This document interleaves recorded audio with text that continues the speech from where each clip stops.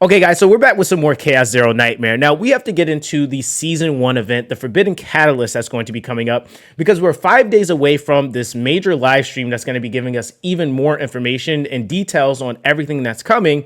But then it's 6 days in total where we'll actually be able to get our hands and jump right into this event.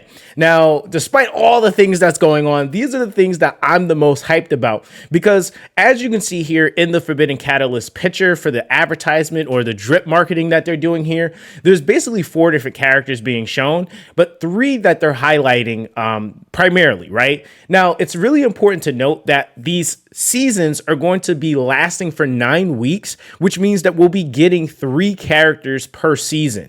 Now, there's a whole bunch of other things that go into this as well, and so we're going to go ahead and dive into it. So let's actually start off with the characters themselves. So obviously, one of the very first characters that you see in the very dead center is Yuki. Now, Yuki is a character that was featured on the website. I actually have PNGs that I got from the website when they had her up there. And even if you go back to some of my first videos, she's actually one of the first characters I put on a thumbnail for this game. They removed her off of the website, which I thought was kind of odd, but with now knowing hindsight, that she's going to be potentially a unit coming out. This is something that definitely makes a lot more sense. She's a giant sword user. I wish I would have actually been able to get what her attribute was going to be, because I mean, I didn't really pay attention to it when it was on the website, but I could only speculate that she may be some form of a DPS, maybe sub DPS, possibly, but we'll have to just kind of wait and see when they announce that officially. Now, going on to the other 2 units that are being shown here, the one here on the left is actually a character that's being shown on the website, which is Chizuru. Now, the thing is that what I actually was able to pick up, not only is this unit seeming to possibly be a DPS, but she is also going to be, as long as it stays true to what is on the website, a void attribute unit. Now, you may be wondering, Zox, how are you able to tell that? Well, because when you play this game long enough, you'll notice that a lot of the characters, whenever they get a card, it will, even if it is a neutral card that becomes a card specifically equipped to them, it will conform to what their attribute is, and it usually is indicated by the border or the outline of the card, right? So you can see here, Chizuru is showing a purple or dark like purple color on the outside border of her card. And if we were to go to like someone like Cassius, for example, you'll notice that he'll actually have the yellow, right? And that's his attribute. That's what is that? That's instinct, right? So this is, again, gonna keep it as not official, but speculation, just because, again, things can be subject to change.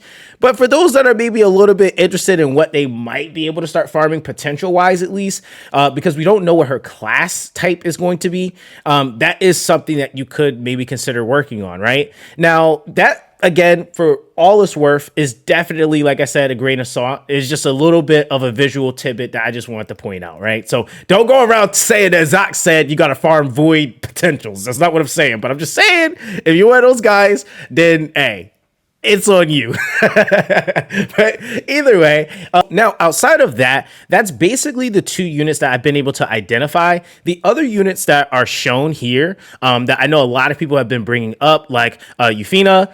This is a character that actually is shown on the home screen every time you log in, as well as Narja. So these units are, from what I've seen, not hinted to be in this season, so we possibly could see them. They may like surprise us, I don't know, but these are combatants, and we already have 2 being shown, so I'm not 100% sure if these are going to be units that they may tease a little bit later, and they may have more drip marketing that comes up for that. But the same thing with these characters, which again I will say is subject to change. The attribute here is order on Euphina, and then we have Narja with instinct. So it's really interesting to see what they're kind of doing as far as like potential layouts, the type of units these units may be.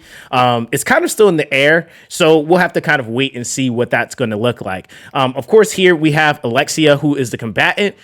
They haven't drip marketed any of the partners. I don't really think they're going to just yet. That may be something that we'll see in the live stream.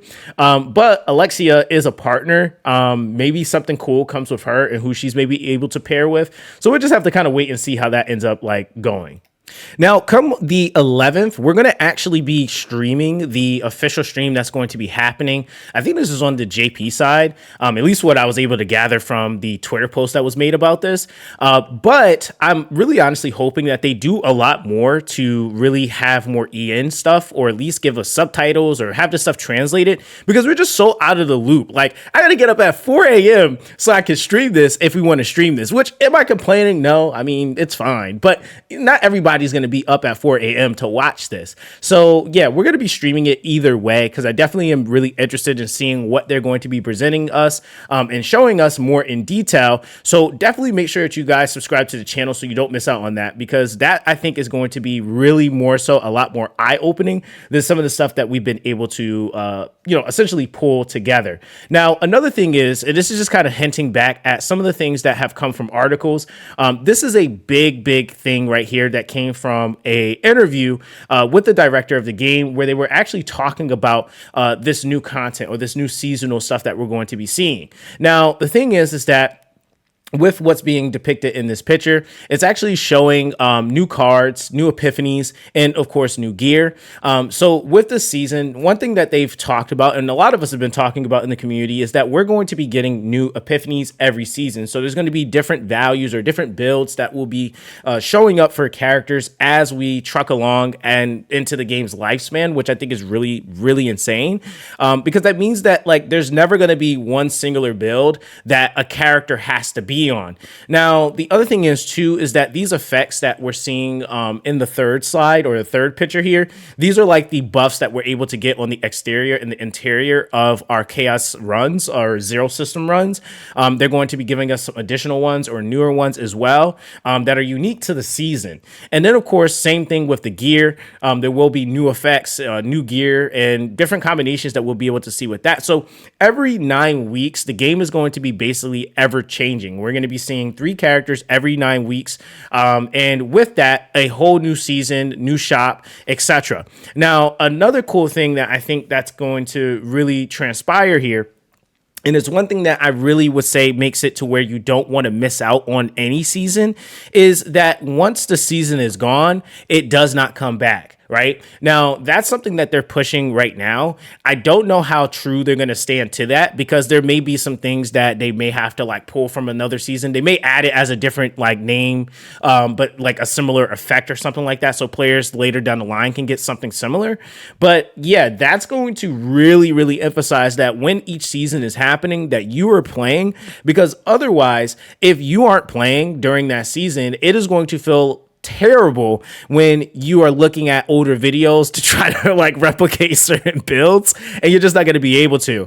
But I also don't think that that's necessarily the worst thing, because that just means that there's always going to be fresh content and new builds and things that you could basically aim for you to get your characters to do. I'm just kind of interested to see how like overall development, like what's going to be the constant in terms of each season, because I would presume there would be things that obviously are going to be making us stronger over the season, and these are just things that affect our save data.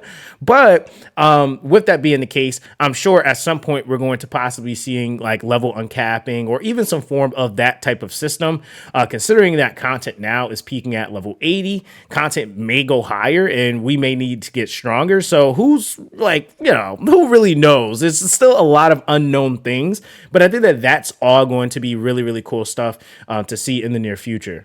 Now, with all of that being said, I definitely have to shout out WGCZN for bringing attention to something that the developers did mention in a previous dev commentary, which was that a lot of the big rewards that we're going to actually be seeing are going to be things like Manifest Ego duplicates, allowing us to be able to develop our units further. Now, the big thing and the big question I think a lot of us are wondering is how much or how many can we get per season, because each season lasts 9 weeks. Now, with that, of course, I think that that's also going to be one of the things or points that I was making that some people were laughing at, was that when you have a game that emphasizes or has these duplicates, making them more accessible. And I think that that's one of the biggest things that we can honestly see to be a plus in terms of character development from season to season. There's going to be variations in builds, but most importantly, allowing players to really get to the point where they can really pull the full value out of their character, I think is honestly the ultimate goal. So I don't know about you, but I'm definitely extremely hyped about all of this stuff that's coming, because there's still a ton of things to unpack, but we'll be seeing a lot more of this stuff in the official live stream. Again, I really do implore the dev team to get some more EN stuff going, because hey man, I'm trying here. So definitely make it easy for us, please. But yeah, guys, that's basically all I got for you. Again, I'm really excited. There's a lot of big assets and big hands and giant swords, and it's a lot of, right? So we got a lot of things to look forward to, man. And like I said, amidst all of the nonsense that's happening, within the community, some valid, some completely ridiculous, I will say this does not take away from the fact that Chaos Zero Nightmare is an amazing game, and I really honestly am hoping for the best for this game, considering what it's bringing to the space, how much fun I've been able to personally have, and how much fun I've been seeing you guys have. So yeah, let me know what you guys think in the comment section down below, and I'll catch you guys in the next Chaos Zero Nightmare video.